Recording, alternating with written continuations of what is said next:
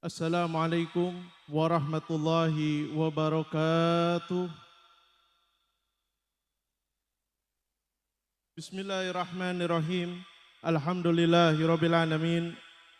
Wa bihi nasta'inu ala umuri dunya waddin. Wassalatu wassalamu ala sayyidil mursalin. Sayyidina wa habibina wa syafiina wa maulana Muhammadin. Al-Fatih lima uglik wal khatim lima sabaq nasiril haq bil haq wal hadi ila siratikal mustaqim wa ala alihi wa sahbihi haqqa qadrihi wa miqdaril azim. Rabbi shrah li sadri wa yassir li amri wahlul uqdata min lisani yafqahu qawli, amma ba'd. Yang kami hormati, yang kami cintai, terkhusus Al-Walid Al-Habib Ahmad Fahmi bin Abu Bakar Al-Idrus. Mudah-mudahan Allah Ta'ala panjangkan umur beliau dalam keadaan sehat walafiat. Dan segala hajat beliau dikabulkan oleh Allah Ta'ala. Dan juga tidak lupa guru kita yang sedang dalam perjalanan, yakni Al-Habib Abu Bakar Ibn Al-Habib Abdurrahman As-Segaf. Mudah-mudahan Allah Ta'ala panjangkan umurnya dalam keadaan sehat walafiat. Dan juga para guru, para asatid, para kiai yang mana baru saja menyampaikan daripada sambutannya, yakni Kiai Haji Sugandi. Mudah-mudahan Allah Ta'ala panjangkan umurnya dalam keadaan sehat walafiat. Juga yang kami hormati Kiai Haji Ajel Zamhari, dan juga segenap para asatid daripada Majelis Dawalat nih, dari Citayam, dari Parung, dari Sasak Panjang. Ya Alhamdulillah semuanya bisa hadir. Tidak lupa Sahibul Bait, yakni Bapak Ahmad Yani beserta keluarga besar dan juga para panitia.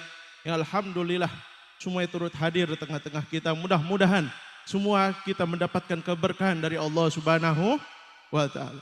Hadirin wal hadirat yang dirahmati oleh Allah Subhanahu wa Ta'ala. Alhamdulillah kita semua masih dijadikan umat Nabi Muhammad SAW umat yang sadar, umat yang bersyukur atas kelahiran Nabi Muhammad SAW. Kenapa?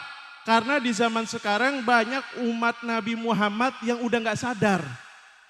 Bukan gak sadar matanya, bukan gak sadar karena dia pingsan, tapi dia gak sadar kalau dia ini dapat nikmat yang begitu besar dari Allah Ta'ala sebab dan berkat Nabi Muhammad SAW. Oleh karenanya saudara hadirin yang dirahmati oleh Allah Ta'ala, maka di sini kita rugi. Kalau kita gak dekat sama Nabi, kita rugi. Maka di sini bagaimana caranya biar kita dekat dengan Nabi Muhammad SAW? Bagaimana biar kita dekat sama Nabi Muhammad SAW?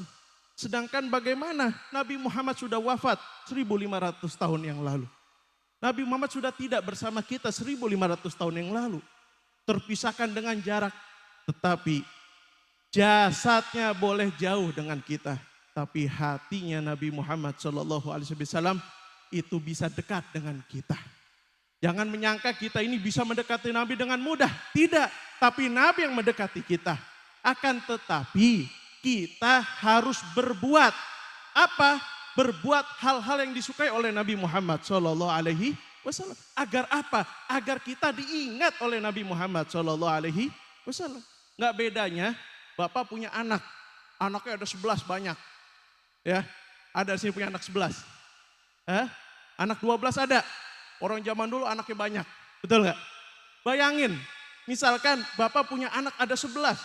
Di antara 11 anak Bapak, ada satu anak yang Masya Allah, tahu banget kesukaan bapaknya.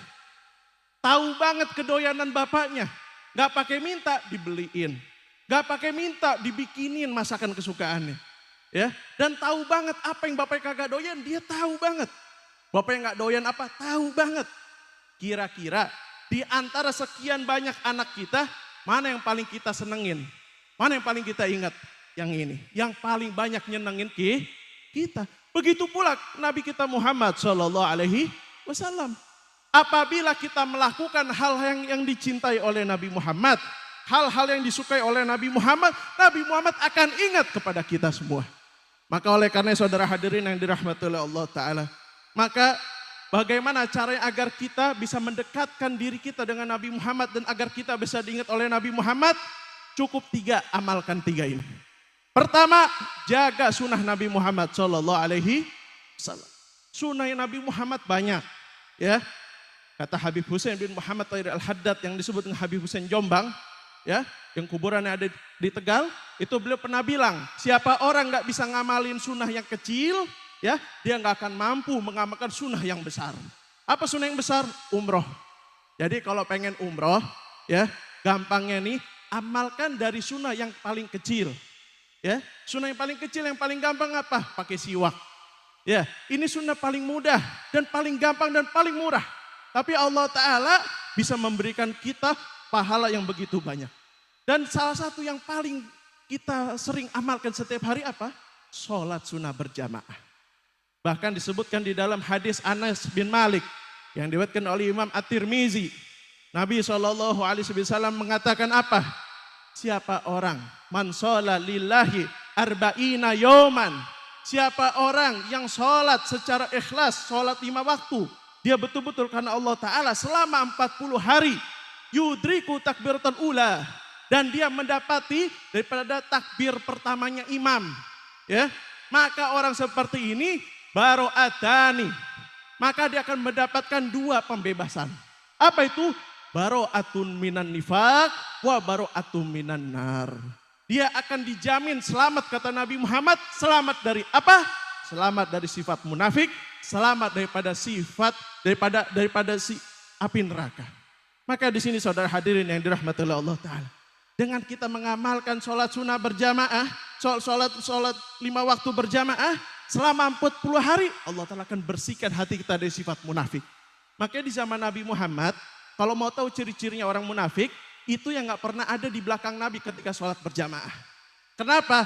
Karena semua sahabat Nabi Muhammad sholat berjamaah bersama Nabi Muhammad Sallallahu Alaihi Wasallam selama 5 waktu. Oleh karena saudara hadirin yang dirahmati Allah. Kedua apa? Sholawat kepada Nabi kita Muhammad Sallallahu Alaihi Wasallam. Sholawat ini, ya, ini akan mendekatkan diri kita kepada Nabi Muhammad Sallallahu Alaihi Wasallam. Kenapa?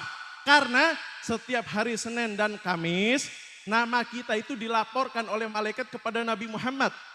Ya Rasulullah, ini umatmu. Fulan bin Fulan bin Fulan, disebutin sampai kakek kita. Ya, misalkan namanya Jaja, ada sini namanya Pak Jaja.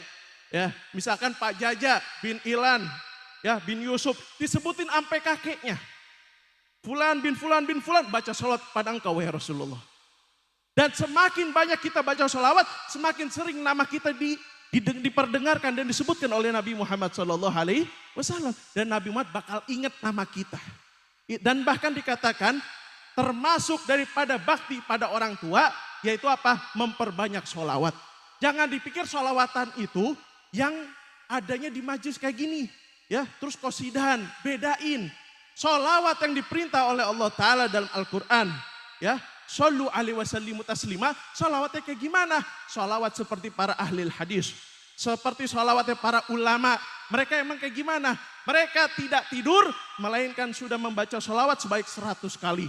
100.000 kali. 300.000 kali. Bib, kebanyakan. Gak masalah. Kita ambil dikitnya. Gimana? 300. Betul gak? 3 kali putaran tasbih. Itu sudah paling gampang. Dan sholawat itu, ya, akan mempermudah segala urusan. Ya, jangan giliran ada maunya doang baca sholawat. Betul nggak? Kadang kalau lagi kepengen beli motor, baca sholawat. Udah kebeli, hilang tuh sholawatnya. Betul nggak?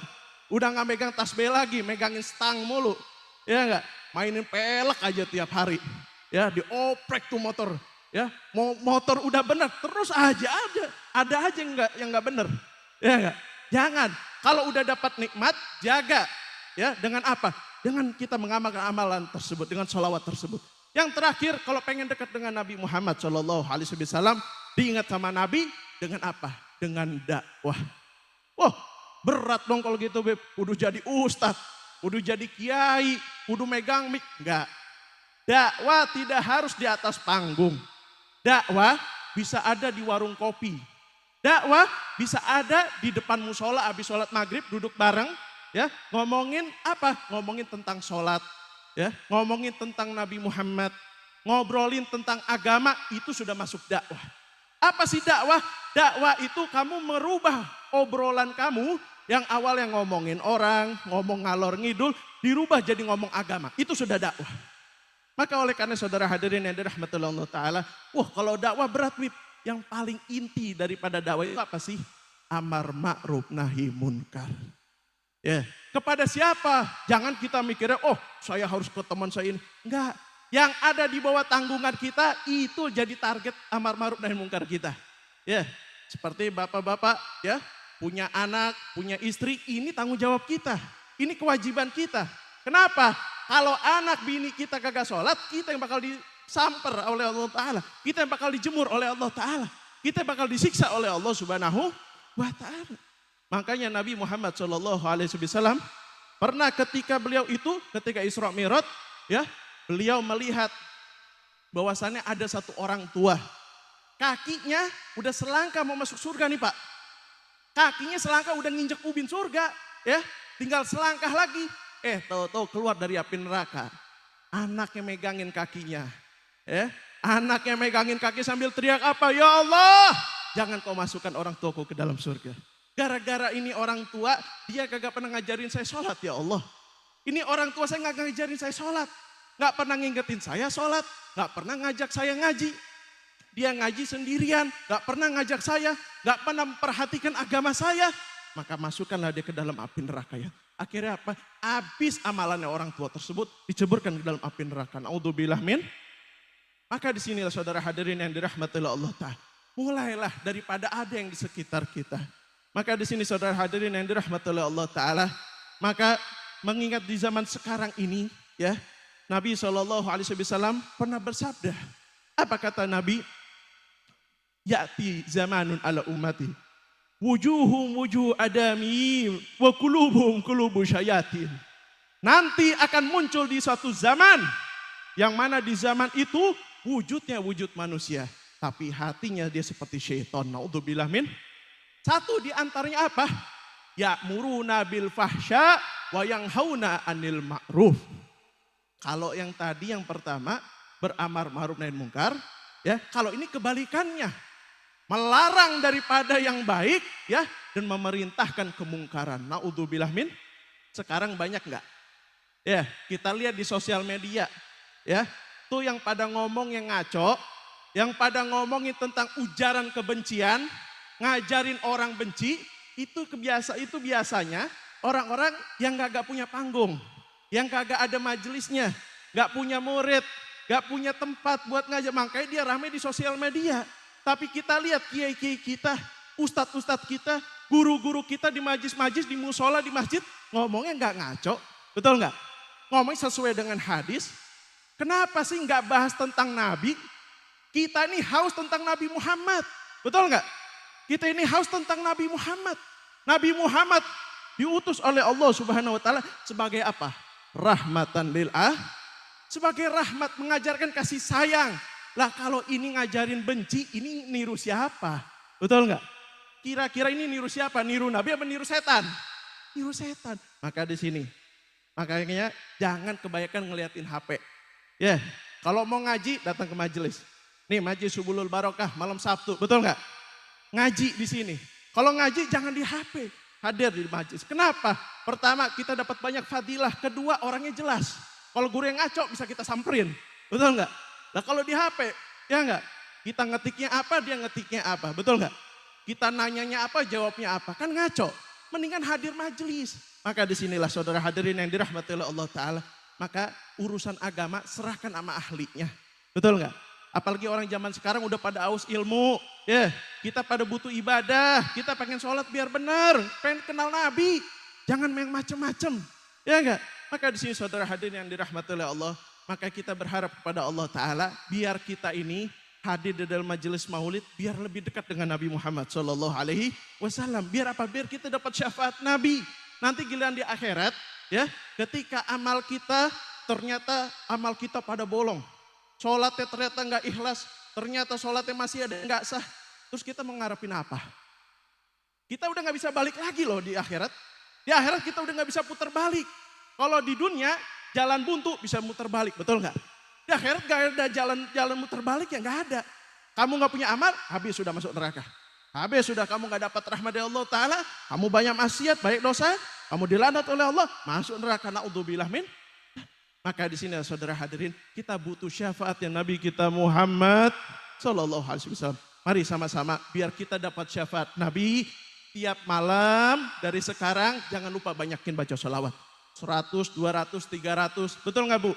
Daripada ibu-ibu ngobrol, ya, daripada kita ngobrol ke sono kemari, mending megang tasbih. Ya enggak? Itu bakal nyelamatin kita, ngenyangin kita nanti di akhirat. Mudah-mudahan Allah Ta'ala limpahkan rahmat hidayah bagi kita semua. Mudah-mudahan kita dijaga oleh Allah Ta'ala, khususnya anak-anak kita, dijaga dari pergaulan bebas, dijaga dari ajaran-ajaran kebencian, dijaga oleh Allah Ta'ala dari fitnah, dari akidah-akidah di luar Ahlus Sunnah wal Jamaah. Mudah-mudahan berkat ya Ratib, berkat ya Maulid, Allah Ta'ala jaga kampung kita dari bala. Amin ya Rabbal Alamin. Assalamualaikum warahmatullahi wabarakatuh.